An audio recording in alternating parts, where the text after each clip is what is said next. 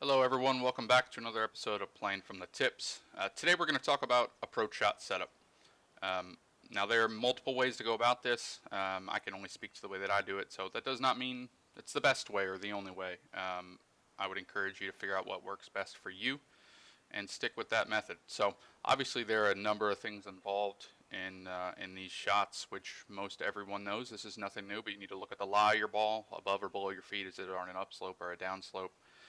You need to look at the elevation change to the pin or wherever you're hitting the ball. Obviously, you need to check your wind.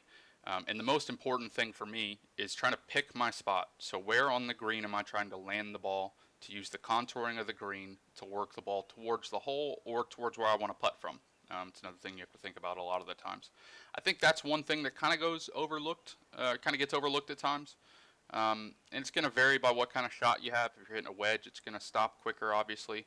If you're hitting a longer iron, it's going to roll out a little bit more. But not all of those bounces and rolls are equal based on the conditions of the course, but also the sculpting of the green around the pin that you're trying to get to. So we'll dive into a couple of quick examples here, and hopefully this can help you out. With that introduction out of the way, let's dive into this shot then. Again, taking a look at our lie here, ball's above our feet. So for a right-hander, that's going to be a pull to the left. We have 127 to the pin. I'm going to count back boxes essentially to find where I think would be a good spot to land. This is a wedge shot into the wind, so it's going to hold the ball up a little bit. There's not going to be an exceptional amount of rollout. Might be a big hop because we are in firm conditions, but we have a backstop a little bit to save us there. So 27, and then I'm looking at these boxes again. 26, 25, 24, 23 is probably as far. 22, 23, 24, somewhere in there. A lot of what I do is guesstimation. It's not precise to a number every time, but it's kind of a little bit of a range. None of these numbers are exact anyhow, so you can drive yourself crazy trying to get it perfect to the yard, but at the end of the day, it won't make that much of a difference if you can't control all the other elements to the yard.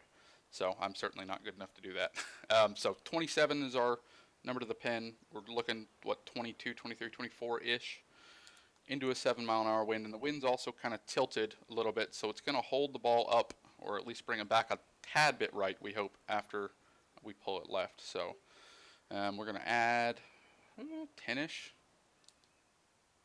Let's take a look. So we said 24, 23, 33, 34. Okay. Do it about here. Again, you keep in mind, the more you loft up, the more the wind's going to have an effect. So again, it's a lot of estimation, but we're going to hit a little pull. The wind's going to bring it back, hopefully, and let's see how this works out. Did pull it, and the wind is holding it up. How's our distance? Spot on. Let's very quickly take a look at one more example here.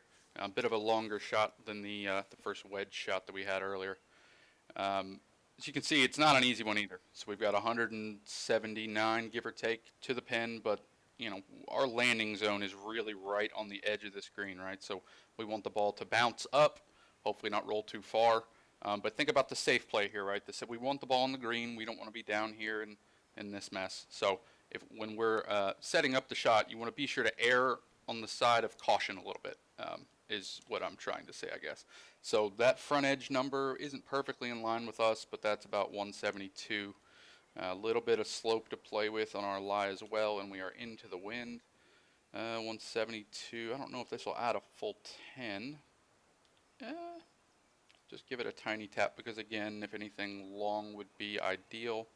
Ball's above our feet. The wind should bring it back just a touch, hopefully.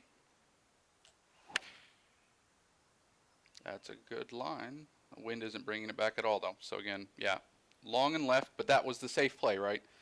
A lot of times you need to give yourself an opportunity at birdie rather than make the hero shot. Sometimes evaluating it perfectly does give you that hero shot and you got to tap in birdie. But where we are right now, you have a much better opportunity to make birdie than you would if you're down in the bunker or in the rough. I think that's something really important to keep in mind. As we wrap this up, just a couple of quick points of emphasis for you to keep in mind as you're playing your rounds this week that will hopefully help you a little bit. Be mindful of where you're trying to land the ball on your approach shots. What's the ball going to do after it lands?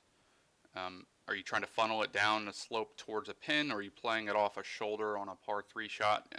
Really try to think about that as you play. And don't forget, are you playing to the smart side? Like that longer iron shot we just showed a second ago. No, it was not perfect, but it was the safe play.